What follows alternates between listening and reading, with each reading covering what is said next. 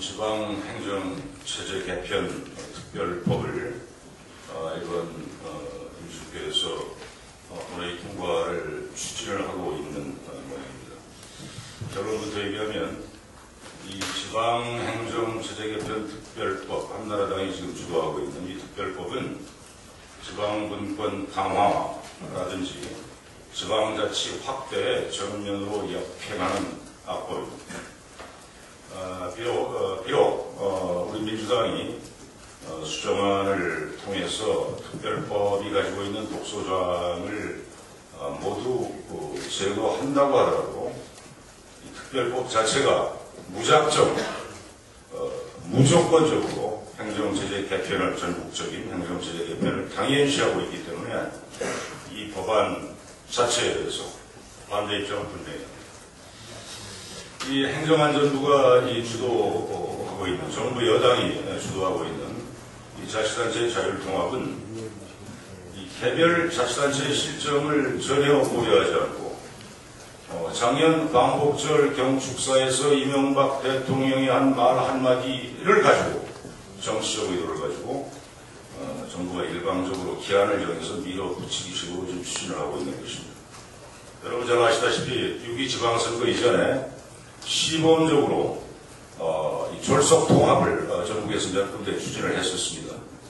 잘 아시다시피 16개 지역의 46개 기초자치단체가 인센티브를 주겠다는 정부의 사탕발림에 휘둘려서 통합을 신청을 했다가 주민들의 강력한 반대 때문에 마산 창원 시내 한 군데만 졸속 관제 통합이 성사된 바가 있음을 여러분들이 잘 알고 계십니다.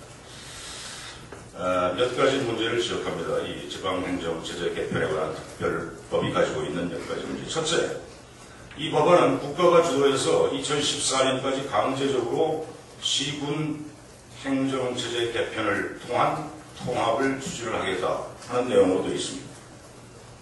이것과 관련한 주민들은 매우 민감하게 지금 받아들이고 그리고 매우 더 민감할 수밖에 없는 매우 중요한 사안이죠.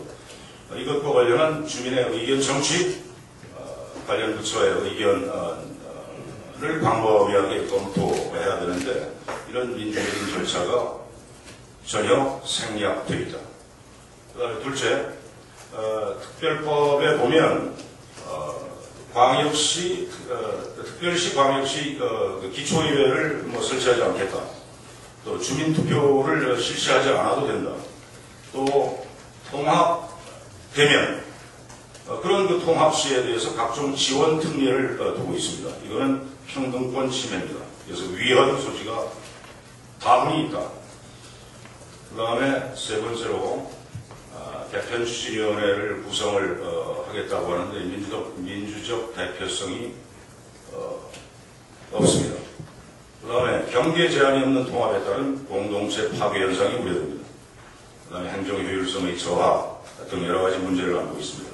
그래서 직접적인 이해 당사자인 지방자치단체들과 또 주민들의 의견을 충분히 수렴하는 이런 절차를 밟아야 한다. 그 다음에 마지막으로요. 특별법 제정 이유를 보면 지자체 간 불균형을 최소화하겠다. 실효성 있는 지방분권 및 지방자치 정착을 강조하고 있는데 거꾸로입니다. 통합에 따른 분리 배제, 이 특별법에 보면요. 24조에서 26조를 보면 통합에 따른 분리 배제, 공무원에 대한 공정한 처우 보장, 예산에 관한 지원 등 이 불합리한 특례를 규정을 함으로 해서 오히려 이 정부가 재정 특례를 무기로 해서 시군 통합을 강제 추진할 수 있는 여지를 두고 있다. 이 점을 지적합니다.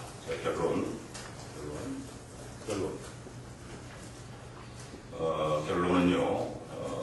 이 지방행정체제 개편에 관한 특별법안에 대해서 반대 입장을 분명히 합니다. 그리고 이 행정체제 개편 자체에 대해서 첨예한 의견 대립들이 있기 때문에 이해 당사자인 지방자치단체와 또 주민들의 의견을 수렴을 해서 충분한 시간을 가지고 제반 절차를 추진을 해야 할 것이다. 그렇기 때문에 이 행정체제 개편에 관한 사안을 국회에서 논의하게 하려면 이 법안을 수정해서 통과시킬 것이 아니라 전원위원회를 개최하는 등 이런 절차를 밟아서 치열한 토론을 거쳐야 할 사안인 점을 말씀드립니다.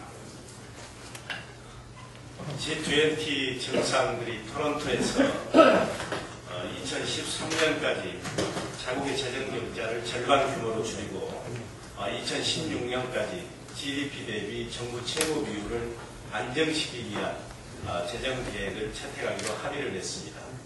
저는 이 합의는 두 가지 중요한 의미가 있다고 생각을 합니다.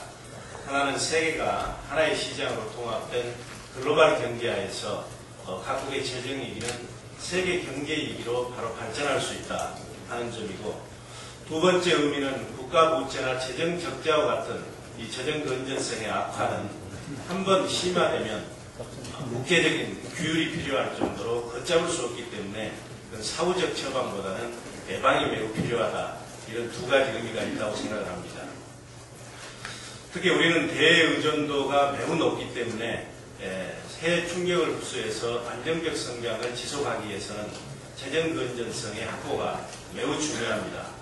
따라서 이명박 정부는 우선 세입 면에서는 정부가 추진하고 있는 소득세, 법인세율의 최고세율의 인하, 그리고 종합부동산세, 재산세 통합, 상속세의 무료가 이런 고액재산과 고소득자 그리고 대기업에 대한 감세를 중단하고 조세 부담률 수준을 적정화해야 될 것입니다.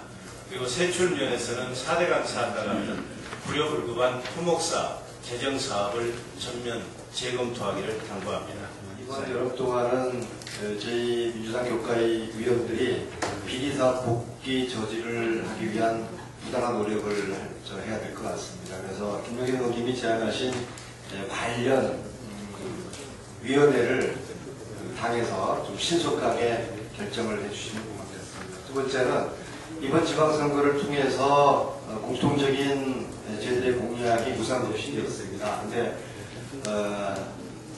각 교육청과 또 지자체 단체장들이 이것을 어떻게 실현할지에 대해서 많은 고민을 하고 있습니다. 그래서 7월 12일 날 전국 16개 교육감 전체 그리고 무상 공약을 내걸었던 광역단체장, 기초단체장 전체가 한 자리에 모여서 민주당 교육특별위원회가 개최를 하고 또 무상급식 풀뿌리 국민운동이 후원하는 큰 무상급식 공약 실천을 위한 큰 판을, 전국적인 판을 7월 12일 날 만들 것을 지금 추진을 하고 있습니다. 그래서 우리 언론 여러분들도 많은 관심을 가져주시고 당에서도 많은 관심을 가져주시면 아주 거국적인 그런 행사를 해서 무상급식을 국민들에게 꼭 실천하도록 하겠습니다. 이상입니다.